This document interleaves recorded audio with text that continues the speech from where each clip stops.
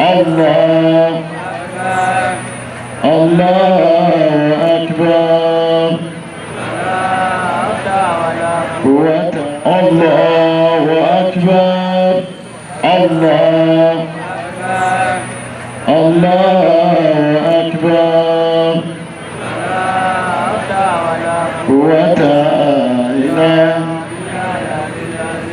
سبحان الله سبحان الله والحمد لله ولا إله إلا الله الله أكبر الله أكبر الله أكبر ولا حول ولا قوة أجاوب سبحان الله والحمد لله ولا إله إلا الله الله أكبر الله أكبر الله أكبر ولا حول ولا قوة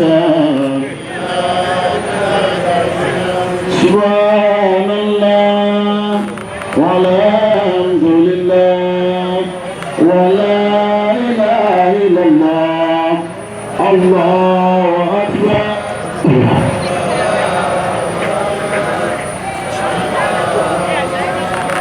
ولا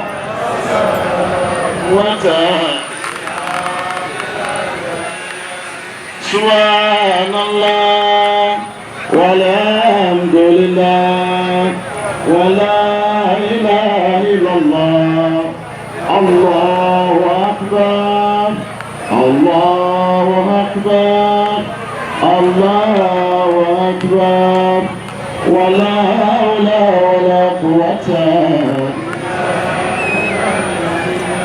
سبحان الله والحمد لله سبحان الله الحمد لله ولا إله إلا الله الله أكبر ولا حول ولا قوة الله أكبر الله أكبر الله أكبر الله أكبر الله أكبر الله أكبر الحمد لله رب العالمين الرحمن الرحيم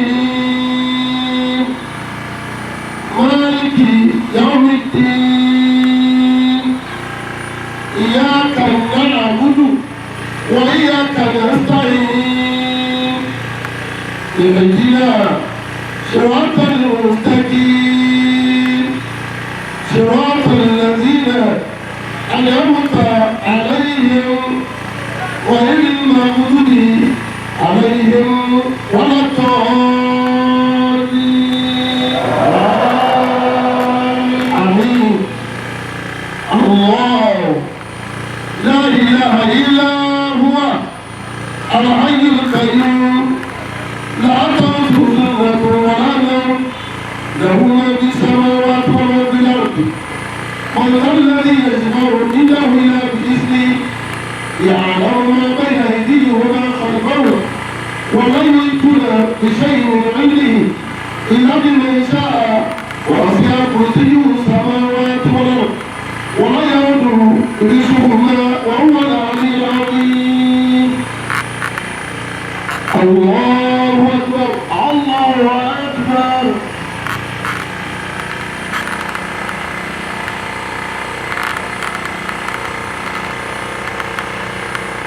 سمع الله لمن حمده ربنا ولك الحمد الله أكبر الله أكبر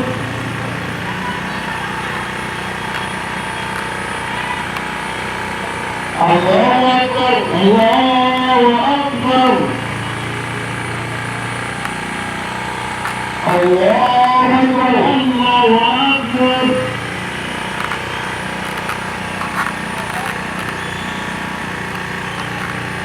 الله أكبر الله أكبر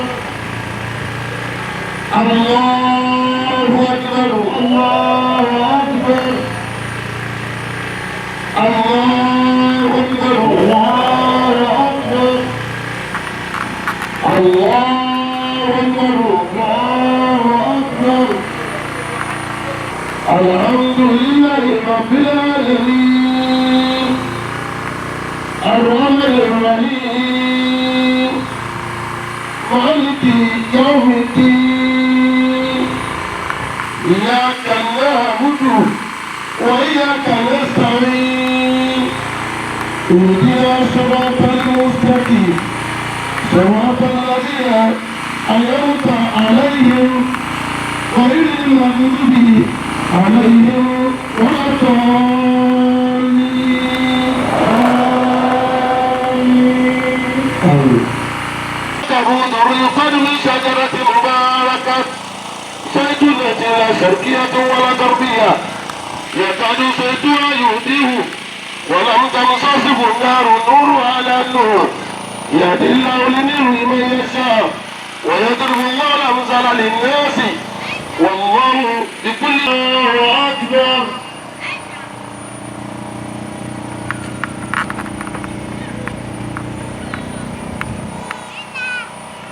الله أكبر سمع الله لمن حمده ربنا ولك الحمد.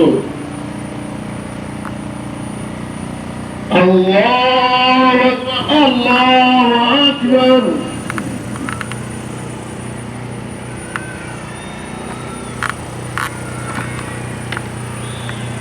الله أكبر الله أكبر الله أكبر الله أكبر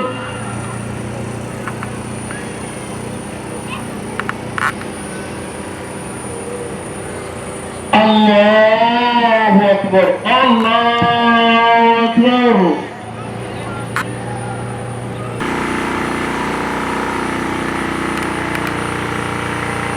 السلام عليكم ورحمة الله. السلام عليكم ورحمة الله. السلام عليكم ورحمة الله. عليكم ورحمة الله. الله أكبر الله أكبر الله أكبر لا إله إلا الله ولله الحمد. الله أيها الذين آمنوا اتقوا الله وقولوا قولا سديدا يصلح لكم أعمالكم ويغفر لكم ذنوبكم ومن يطع الله ورسوله فقد فاز فوزا عظيما. adúgbò fọlọ́. alhamdulilayi. ọmọ ìjà dúpẹ́ fọlọ́. alhamdulilayi. ẹ̀yin oríṣi ọlọ́run inna yawmakum hadha yawmul azim. ọjọ́ yìí fún gbogbo wa ọjọ́ tó tóbi ni o. wàhídùn kẹrì ọdún tó lákọlé òun náà lọ́jọ́ yìí jẹ́ fún wa o. ahallallahu lakum fi ta'am. ọlọ́run ṣe lẹ́tọ̀ọ́ fún wa pé ká jẹun lẹ́yìn ká jẹun tá a bá fẹ́ àmọ́ àgbọ̀dọ̀ jẹun tọ́lọ́run fẹ́. ọlọ́run ṣe lẹ́tọ̀ọ́ fún wa o. wọ́n rẹ́mọ̀ lẹ́kùn fi ìsìyà ọlọ́run ní ẹ̀ gbọ́dọ̀ mọ kéwùjọ ànẹ́bì lọ. ìmọ̀ náà yìí ò gbọ́dọ̀ bu ayájú tá a mọ ànẹ́bì lọ. kí a wá sọ pé lẹ́nìí ẹ̀ tún gbàwẹ̀ ọlọ́run ní gbogbo ẹni tó bá gbàwẹ̀ lónìí mi ò ní gbà lọ́wọ́ ẹ̀. ẹ má gbàwẹ̀ ọlọ́run lẹ́nìí ẹ̀ gbọ́dọ̀ gbàwẹ̀ ẹ jẹun. wàá kẹ́tẹ́ máa fi ìṣọ́ra lùkọ́rọ̀ ọlọ́run ní mo fi èlì mo fi dé adé orí oṣù àpọ́nlé nì èmi ní parí ẹ̀ gbọ́dọ̀ gbàwẹ̀. ọlọ́run bàbá sọ yóò lọ́jọ́ ìní ń ta fílẹ̀ fún ìgbẹ́kẹ̀ ṣe lẹ́nìí yóò mọ tẹ̀sí ẹ máa ṣàbọ̀mọ́ fọlọ́hún wọ́n ta hàmì ẹ máa dúpẹ́ fọlọ́hún. nígbà tó bá sọ̀rọ̀ nípa hútùbà nínú hútùbà rẹ̀ ní ẹ̀yà ẹjọ́ ìní oní ibadallah Sayyidina Ali ní ẹ̀yẹ arúsí ọlọ́run inna adna ma lis-sa'imina was-sa'imat. Ó lọ ti súnmọ́ o fún gbogbo àwọn tó ṣe pé wọ́n gbààwẹ̀ lọ́kùnrin wọ́n sì gbààwẹ̀ lóbìnrin torí àwẹ̀ náà gbà ayù náà dí àwọn màláàkù fi áàkiri yawmi shahri Ramadan tó ṣe yí pé ní ìkẹyìn Ramadana ní òru àná mọ́júmọ́ ìní àwọn màlẹ́kà wọn máa pèpè wọ́n máa pè gbogbo aláwẹ̀ torí àwẹ̀ gbà tí wọ́n ṣe lánàá bẹ́ẹ̀ wọ́n sọ pé arúṣirú ibadallah ìdùnnú ti jẹ́ ti yín gbogbo ẹ̀rọ arúṣi ọlọ́run ní kí n kéde ìdùnnú fún yín fàkọ́dé kò fẹ́ràn lẹ́kọ̀ọ́ máa sàlẹ̀fà pé gbogbo tẹ́ ẹ ti ṣẹ̀ lẹ́ṣẹ̀ tó ti kọjá èmi ọlọ́run ti forí jì. Sayyidina Ali owó nígbà tó rí bẹ́ẹ̀ òun ti forí jì ilé ìṣúná òbíkù níbi àwọn ẹ̀ṣẹ̀ yìí òní fáńsùrù kẹfà takùnú náà ìmọ̀ àtẹ̀sítàlì fún ó ní ẹ wá ṣe bọ́jẹ̀tì ara yín nígbà tí ẹ ti gbọ́ pápọ́sẹ̀ fún ìlú ẹ̀ṣẹ̀ ó ní ẹ ṣe bọ́jẹ̀tì ara yín báwo lẹ ṣe fẹ́ lò gbèsè ayé yín báyìí láti ráforíjì tàbí tàbí ní ráforíjì kí ni bọ́jẹ̀tì yín láti má súnmọ́ bí gbogbo ìdíbi nǹkan jọ́gbọ̀jọ̀gbọ́ mọ́. ohun tí a kóòtù sílẹ̀ bẹ́ẹ̀ dé díẹ̀ kí ni ìpalẹ́sẹ̀ yìí sílẹ̀ láti má súnmọ́ bẹ̀rẹ̀. Sayyidina Ali ó sọ̀rọ̀ fún wa ibadallah ayọ́ ẹlẹ́bìnrin àmẹ́nu gbogbo àwọn oníṣẹ́ ọlọ́run takùn náà oṣù ìpáyà láti jáde yìí ẹ̀já bẹ̀rẹ̀ ọlọ́run wọ́n kú ló tọ́ ya sórí ìgbà nínú oṣù tá a ti jáde yìí aṣọ ẹnu wa aṣọ ìlú wa aṣọ ìtì wa aṣọ abẹ́ wa aṣọ ẹsẹ̀ wa aṣọ ọwọ́ wa ó ní báwo lẹ ṣe máa wá sọ dáadáa ẹni bá ṣe dáadáa yóò sì lẹ́kùn náà mẹ́lẹ́kùn ọlọ́run ní màá tún ṣe bó ṣe lérò lọ wọ̀nyẹ́ ìlú lẹ́kùn polondákùn lórí ìpáyà tó fi ṣe tó ṣe ẹ̀gbẹ́ náà forí ẹsẹ̀ kí wà máa yẹ tí ilé àwọn ọ̀sùn náà lórí ìtẹ̀lẹ́tọ̀lọ́run tẹ̀lẹ́tọ̀lọ́run nínú Ramadan tẹ̀ jáde náà yìí tẹ́ ẹ̀ máa kú náà tẹ̀ ìtẹ̀lẹ́tẹ̀lẹ́ ọlọ́run ní kọ́ọ̀dù fáṣán àzúmà ẹ̀ńtẹ̀ lórí tó mọ̀ ọ́yà. inna Allaha ya'muru bil-'adli wal-ihsan wa ita'i dhil-qurba wa yanha 'anil fahsha'i wal-munkari wal-bagyi ya'izukum la'allakum tadhakkarun. Sadaqallahu mawlana al-'azim. Ìjọ ọlọ́kùnrin lóbìnrin ìgbà wo lámọ̀ tí àánú ọlọ́run tó sọ̀kalẹ̀ wọ́n jẹ́ pé nígbà tá àánú ọlọ́run tó sọ̀kalẹ̀ ìdí ẹjọ́ ló ti bá ìwà bọ̀ máa lójọ́ lọ. Jókòó gbogbo ìtọ́jú èèyàn yẹ jòkó sí ẹlẹ́yìn lẹ́lẹ́ bẹ̀rẹ̀ sí. Àjọyọ̀ tó dé bá wa lórílẹ̀‐èdè yìí kó fẹ́ kẹ́ kọ́. Bàbá wo Al-Qur'an lórí kẹrìnlá ẹsẹ̀ karùn-ún-dín-ní-ogójì 114 àbí 35. Ayé ti kọ́lá Ibrahim. Nígbà tí bàbá ńlá wa Ànábì Ibrahim. Ìkọ́lá Ibrahim ọ̀rọ̀ bíi ó sọ fọ́lọ́. Ó ní ọlọ́wọ́ ìjì àlà àṣà balada àmìnà. Ìlú wa yìí báwa ṣe ní ìlú ìfàyàbalẹ̀. Ìparí kékeré pọ̀, ìdẹ̀rú pọ̀. Báwa ṣe ìlú wa yìí ní ìlú ìfàyàbalẹ̀. Ẹ wá gbọ́ ẹ̀rọ àdúrà tó ṣe o. A máa tọrọ ìfàyàbalẹ̀ pé kọ́lọ́ ń ṣe ìlú ní ìfàyàbalẹ̀. A sì ní sáfún tọ́lọ̀ fẹ́. Ànábì Ibrahim fún tí Ọlọ́run fẹ́ àgbọ̀dọ̀ sáfún tọ́lọ̀ ń pọ̀ ní ká sáfún. Owó ní wàtúndùnmù ni Ọlọ́run o. Mo bá ṣe ìlú wa yìí nílùú ìfàyàbalẹ̀. Gbé wa jìnnà. Wọ́n fún wa. Jẹ́ ká lè sáfún. Àwa wọ́n bà ní àtàwọn ọmọ wa. Jẹ́ ká sáfún kí ni? Ana àmúlò àṣìná. Gbogbo tí wọn lọ́wọ́ bá fẹ́ látòrí ẹ̀ṣẹ̀ ẹ̀kọ́ ìwà nǹkan pọ̀ mọ́ wọn lọ́wọ́ ìfojú ti wọ lọ́wọ́ ìfojú rénà wọ lọ́wọ́ tí a sáfù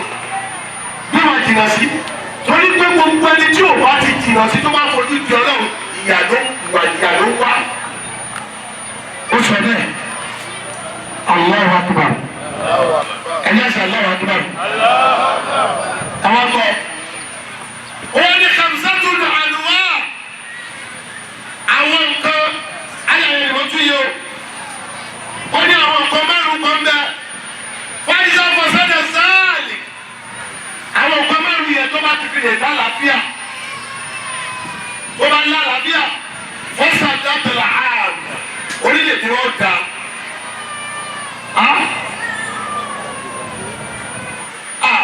fáyìsà fásádà sáàlì àwọn nǹkan márùn tó wí yìí fáyìsà fásádà tí àwọn nǹkan márùn yìí tálàáfíà bá ti kú òbẹ̀ tó túbọ̀ sí pé tí ò bá dá ó ní fọ́sádà tẹ̀lé ààrùn orílẹ̀-èdè ti bàjẹ́ ìpínlẹ̀ ti bàjẹ́ ìlú oníkálukú bàjẹ́ inú ilé àtàdúgbò wa ló sì bàjẹ́. ó ní iná wá ta'ala ọba tó dá gbogbo wa ọ̀sàmàlẹ̀ umma khamsatun aqsam.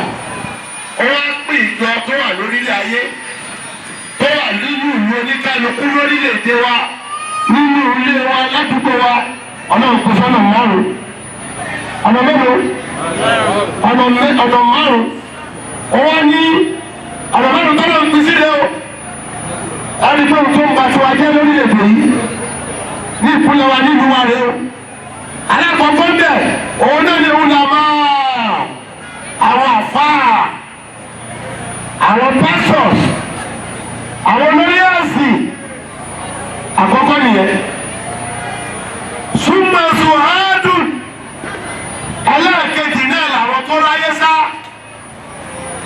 tàbí wọn sípò àwọn wọn làwọn tó ráyé sá mọ̀ ń bọ̀ ń bẹ̀ àwọn tó ráyé sá tá à ń sọ yìí òun náà làwọn ọba rẹ̀ àwọn baálẹ̀ àwọn olórí tú tani kó dì wúrú láyé ìjọ́run ni o ẹ máa wo ìṣesí wọn láyé ìjọ́run ẹ wo àṣesí wọn láyé ìṣe.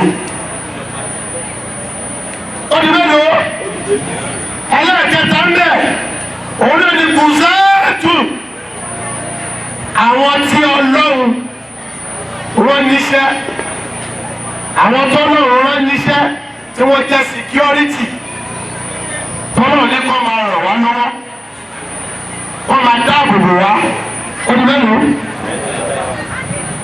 ẹlẹ́ẹ̀kẹrin ń bẹ̀ òun náà ni súnmọ́ ulatul umur òun náà làwọn tí ọlọ́run fi ṣe lórí wa àwọn president àwọn aláṣẹ àwọn ministers àwọn PS àwọn governor àwọn commissioner àwọn chairman wọn ò sí ní àwọn àdí ẹgbẹ́ àwọn accountant ẹgbẹ́ dáadáa ó di mélòó ẹlẹ́ẹ̀karùn-ún òun náà ni tùjárù àwọn tùjárù àwọn oníṣòwò àwọn oníṣẹ́ ọwọ́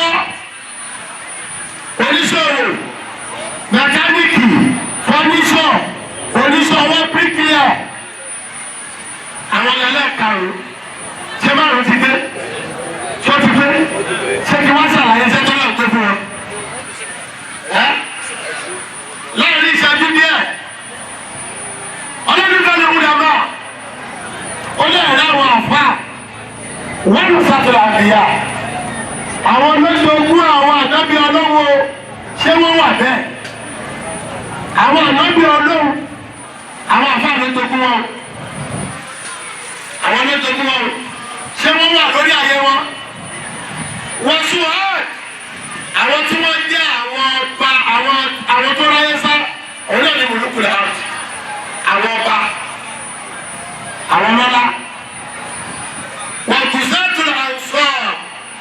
sátú àǹsọ̀rùlà àwọn tá à ń pè ní security àwọn làní kú ọrọ̀ náà lọ́wọ́ lára wa làní kú ọrọ̀ náà lọ́wọ́ lára wa wọ́n tó sọ̀tún ẹ̀ ń sàlẹ̀ mi wọ́n lẹ̀ ọmọràn olùhàtù láyé alàlàkàlì àwọn tí wọ́n jẹ́ aláṣẹ àwọn náà la sọ wípé àwọn ni wọ́n ń dà wá jẹ àwọn tó ń darí wa tùjárù kúmọ̀ náà hù pọ̀ àwọn tí wọ́n jẹ́ àwọn oníṣòwò àwọn olùtajà ẹ̀dàkùn ṣé ìfọ̀kànbalẹ̀ wà lọ́dọ̀ wọn. àwọn ló parí ẹ má mutí mọ́ tẹ bá fẹ́ kọ́lọ́hún gbàdúrà yín kí gbàdúrà má kú lọ́dọ̀ yín ẹ má mutí. wàsínà ẹ má ṣe ṣìnà balógun oníṣìnà sábúṣìnà káàtì bọ̀tọ̀ ẹ̀ lè ta oníṣìnà ò ní lọ níwájú ẹ náà láì jìyà. ọlọ́ọ̀kẹ́rin asọ́dà kan ẹ jẹ́ ká tẹra mọ́ sàárà ṣíṣe àdúrà ká sì tẹra mọ́ àdúrà ta lè fi bọ́ nínú gbogbo àjàtọ̀ yìí. lẹ́yìn náà àwọn tẹ̀wọ̀n sọ̀rọ̀ ká wá ṣọ́ra fún ìnákìná káyé ná ìnákìná mọ́ ká ṣọ́ra fún ìnákìná ìbábọ̀ náà. bí wọ́n bí ìta ṣe ìmọ̀jà ti dágbére sáyé orí wa náà ń tó lékún ayọ̀ wa náà ń tó lékún gbogbo àwọn tí wọ́n pe àwọn èèyàn nínú lọ́bì yìí ọlọ́run bá pa wọ́n lẹ́kún gbogbo àwọn tó ń ronú pé náà fẹ́ gbìyànjú tí ò ságbára ọlọ́pàá àṣàrọ̀ tó fún wọn ọlá ìlẹ́kùnlẹ́kùn ọlọ́run gbogbo àwọn tí wọ́n tòun ọlọ́jẹ́ káàánú lè tò wọ́n nínú ọlá ìlà àìlọ́pà ọlá ìlẹ́kùnlẹ́kùn ọlọ́run aṣọkalẹ̀ ààrẹ ìlera làwọn ò náà kọ́ báyìí ìlera tó tó ọlọ́run dákun májà yóò gbé wa gbé ọlọ́run má ṣe wá lérò sàárè má ṣe wá lérò ẹ̀rọ má ṣe wá lérò ọ̀sùn. bismillahir rahmanir rahim alhamdulillahi rabbil alamin arrahmanir rahim maliki yawmiddin iyyaka na'budu wa iyyaka nasta'in ihdinas siratal mustaqim siratal ladzina an'amta alaihim ghayril maghdubi alaihim waladdallin. Well, all what we abstained from during Ramadan, we should continue to abstain from them and be nearer God. All the Muslims nationwide should be grateful to God and thank our president, because the man is trying his best. You will discover that the relief we had during the Ramadan was never before. The country is improving every day, and may God continue to assist him. According to Prophet Muhammad sallallahu alaihi wasallam, he teaches us so many things in it that we should be very faithful, trustworthy, and fear Allah. And after this Ramadan, all what we have been doing in this period of Ramadan, we should continue doing it. We should not step back. And according to what he has said to us, that whatever you do during the Ramadan period, you shall reap double of it after the Ramadan. gbogbo ọ̀rọ̀ tí alájú wa bá a sọ ká bẹ̀rù ọlọ́run tí bẹ̀rù ọlọ́run bá ti wà tífẹ́ bá ti wà nàìjíríà máa dáa ìfẹ́ yẹn gangan ló ṣe kókó ṣùgbọ́n náà bí kára dìbò sẹ́tì.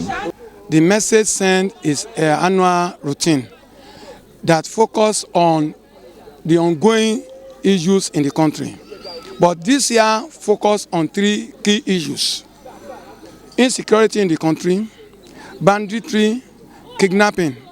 That's an aspect. He appealed to the federal government to encourage the state policing and local neighborhood watch to take over the issue so that effective results can be achieved rather than making use of the central police force. An appeal to our market women and men to usually sell according to what they have, not to increase the price of their commodity for the settlement and peaceful coexistence within the country. Nípa bí orílẹ̀-èdè wa ṣe ń lọ yìí, pé ohun tó ń ṣe àfọ́fà lórílẹ̀-èdè wa tí gbogbo ọrọ̀ ajé wa tó fi ń ṣe òjòjò tí ò sí ètò ààbò kì í ṣe ìjọba èyí tó pọ̀ nú ẹ̀ ọwọ́ wa ló ti wá ìjọba ní nínú ẹ̀ ṣùgbọ́n àwa gangan fúnra wa àwọn torí pé Yorùbá máa sọ pé ilé la ti kó ẹ̀ṣọ́ ròde ṣùgbọ́n àwọn tí wọ́n ń dá wàhálà lẹ̀ ṣe bí inú ilé kan náà ti jáde lára ohun tọ́lọ́run ò fẹ́ òun náà ni ẹ̀ṣẹ̀ káṣẹbọ àti gbogbo àwọn nǹkan tó rò mọ́ ẹbọ ohun tó rò mọ́ ẹbọ ṣíṣe ni pé kéèyàn má ní bẹ̀rù Ọlọ́run ẹlẹ́ẹ̀kejì kéèyàn má ṣe ṣìnà kéèyàn má ta tẹ́tẹ́ kéèyàn má gbowó ẹ̀yìn rìbá gbogbo àwọn nǹkan wọ̀nyẹn ní ká jìnnà sí. Allahu Akbar. Allah, Allahu Akbar, wa ta'ala, Allahu Akbar, Allah, Allah.